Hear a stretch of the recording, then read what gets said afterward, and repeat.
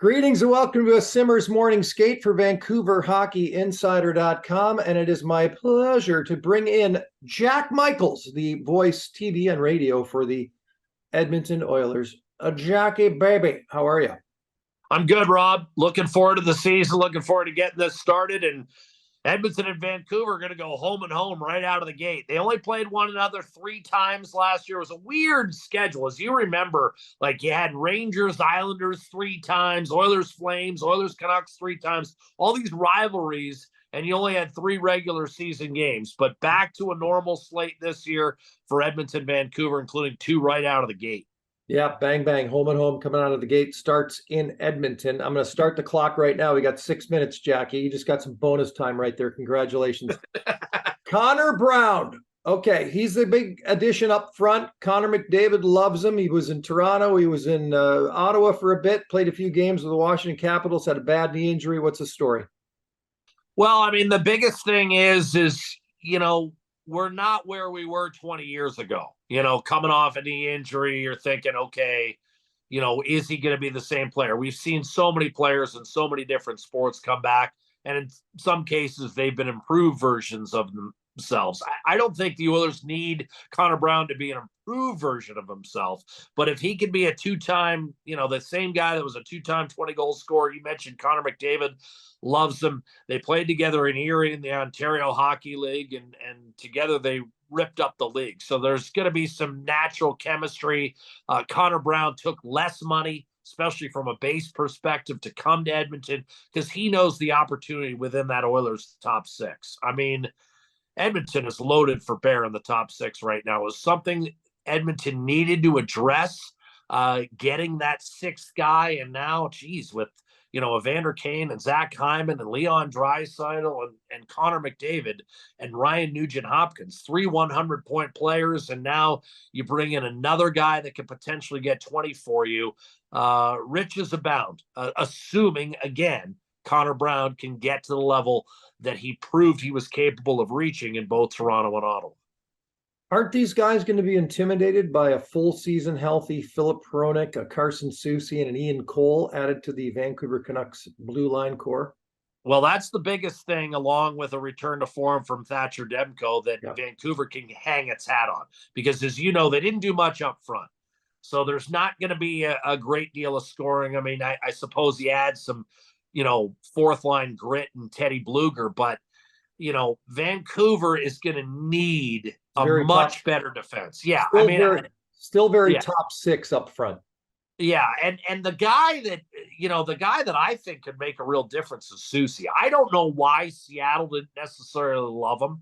He was kind of in and out of the lineup at times. I'd be shocked every time he was a healthy scratch. I think he could really help Vancouver. I mean, the biggest thing is, with the Canucks is they just weren't able to defend on a reliable basis. They just didn't have any jam on the back end. And now they've added a little bit more offense from the back end and Philip Hronik, but at least Cole and Soucy, we know they can defend. We know they've got size.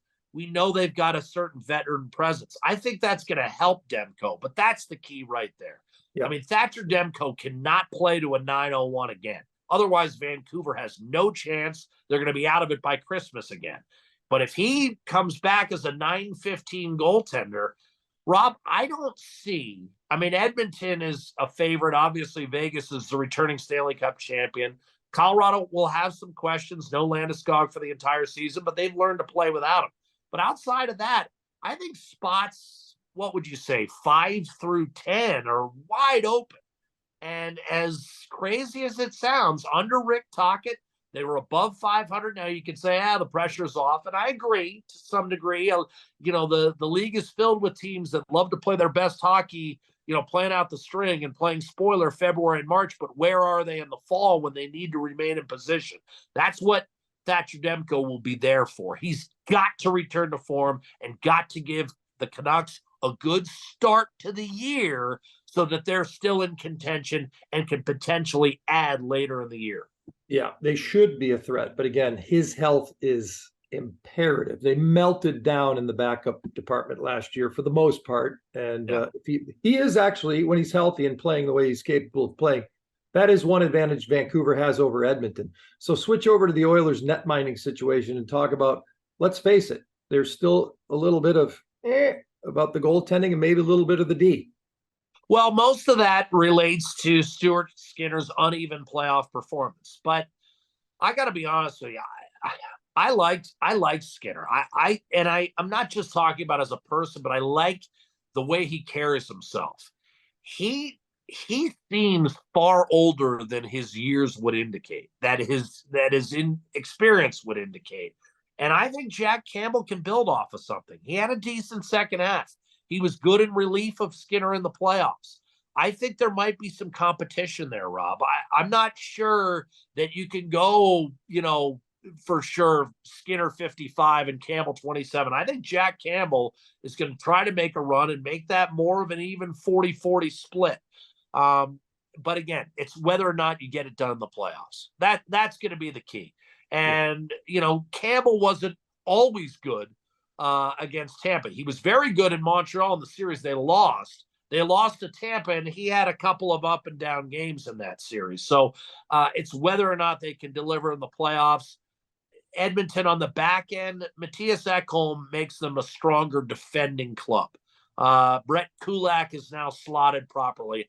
I think Edmonton's defense may very well hold up. It's whether or not they can get the saves they need to, and whether or not their special teams can continue to overwhelm the National Hockey League in the playoffs as well as the regular season.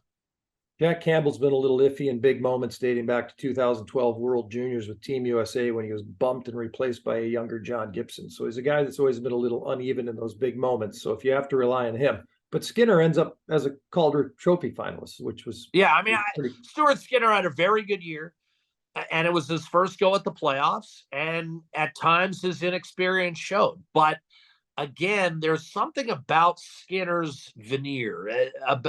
He has a certain presence that I think will serve him well in the professional ranks. I would not be surprised if once again he establishes himself as the number one goaltender, and this time delivers a better performance in the playoffs. Because it's simple, Rob. If he doesn't improve on 890 in the playoffs, the Oilers are not going to win the Stanley Cup. Correct. Jackie, maybe your 6 minutes are up. Again? Do you like their chances over Vegas in the division regular season? Real quick, do they finish on top of the Pacific? Don't worry about the playoffs. I think the Oilers will win the division for the first time since 1987. I do. Woo! I think Vegas was a veteran group that came together at the right time. That was put together, and they had a lot of veteran guile and experience, and it paid off for them when the chips were down in Game 5, when they were trailing late in the second period on home ice. They were able to turn around that game and ultimately close out Edmonton in Game 6, and then never look back. Right. And maybe a wee bit of a hangover for just a wee bit of time as this season gets started for those Vegas Golden Knights. Jackie, baby, outstanding effort. We look forward to seeing you. Bang, bang, bang. Plenty of action between the Oilers and the Canucks early in the season. Thank you very much, and we'll see you at the rink. You bet.